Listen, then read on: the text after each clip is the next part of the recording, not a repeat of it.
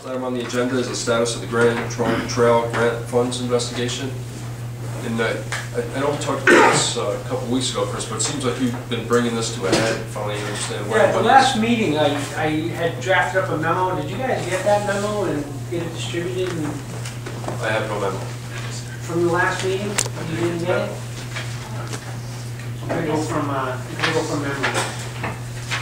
Just a couple things. We did meet with the folks at Mass Highway. Yeah, I'm disappointed because I wrote this all out. Now I'm trying to go from Yes, memory. Did you remember seeing it? yes. I do remember seeing it, absolutely. Which packet was it about? Wasn't this I'm one, sorry, this Chris. one before, wasn't it? Maybe it made it to the regular mail instead of your specific packet. I'll have to go deep for myself. Anyway, Sorry. I'm just, because we're gonna go from memory and may not get things absolutely right. The 200,000 is the, for the grant is for the trail system. That actually was the earmark that Senator Moore got. On that, we met with, I met with my counterpart from Dudley. We talked a little bit about the process. We don't have to follow any federal guidelines or state guidelines really because it was a state earmark. So the plan is to put together a RFP that will be amenable to us and amenable to Dudley, to bring it to Senator Moore's office and say that we'd like to have this work done, and here's the RFP that is going to show that we can do the work. Get him to kind of buy into this because he is the, allegedly kind of overseeing this project. We got a name from someone in Milford that did trail work, because I asked when we were at Mass Highway, is there someone that we could talk to that did some work? So I have a young lady in the office going to track that down for me, and we'll draft up a RFP and try to get that work done in the springtime. I also need to kind of have Ken Kalinowski go out there and kind of just show, what we're going to do is we're going to move the trail, move the rail itself off to either side, and move the ties off to either side, and then try to compress the walking trail so we can make it so it's walkable. One thing we did go out and look, there's one, because we have to spend the money in Southbridge and in Dudley, what we wanted to try to do is create a section that we would have where people would be able to walk and have parking on either end. So what we had talked about was to, by the Golden Greek in that area, have that be one parking area, and then another parking area in Dudley. In that stretch, there's a bridge, a small railroad bridge. It's actually only about 20 feet. And we went out there and we walked it. So we would probably, since we don't have to follow federal or state guidelines, try to use some of that 100,000 to get that bridge crossing fixed. Enough of the ties are missing where, to be honest, I mean, I felt pretty comfortable going over it, but I think, you know, not everyone would, so we'd want to make improvements to that bridge.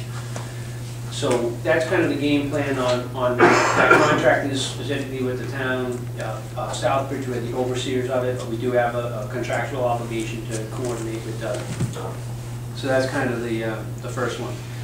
The second one is actually under the jurisdiction of Mass Highway, and the reason why we don't have a contract is because Mass Highway has the contract. And that was the 560,000.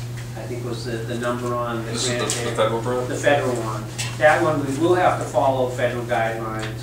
We had already submitted a application or a plan for what we'd like to do, and we picked from Golden Greek back towards the Rotary, and Senator Moore had said that he wanted to have the town submit one, Southbridge submit one, Dudley submit one, and I guess Webster. I guess the Webster piece is only like 500 feet, so they did not submit a section that they would like to have done. But I think on that piece, what we'll do is we'll arrange a meeting with Senator Moore. We've already had our suggested piece into him, and see if we can set up a meeting with ourselves and Dudley and go in to meet with Senator Moore and say this is a section, and ask him to then go and direct Mass Highway to do the legwork, actually do the design. That will have to comply with various state and federal laws, have them do the design work, and then have them also do the construction of that stretch. So the reason why we don't have a contract is because Mass Highway is actually administering the contract. But you also told me, Chris, that I guess the grant that got this started, the Grand Trunk Trail grant, is not available to us because it's being administered by Sturbridge.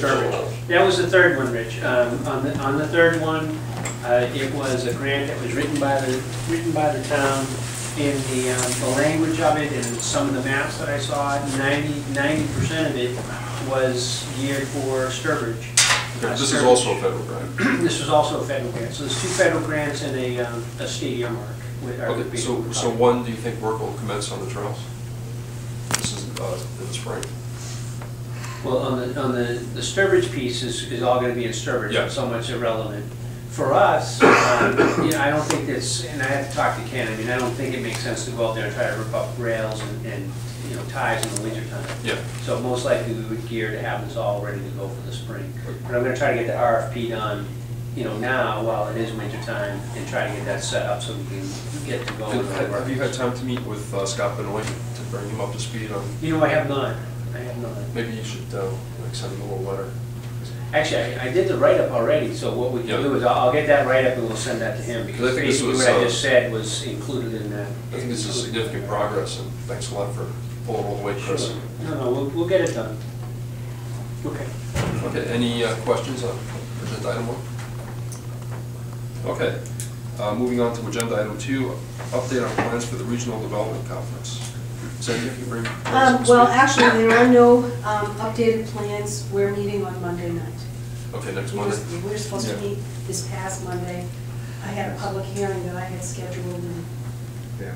The goal for the meeting on Monday, though, will be to formulate a plan to make a presentation to Rotary to try to recruit some members into a committee.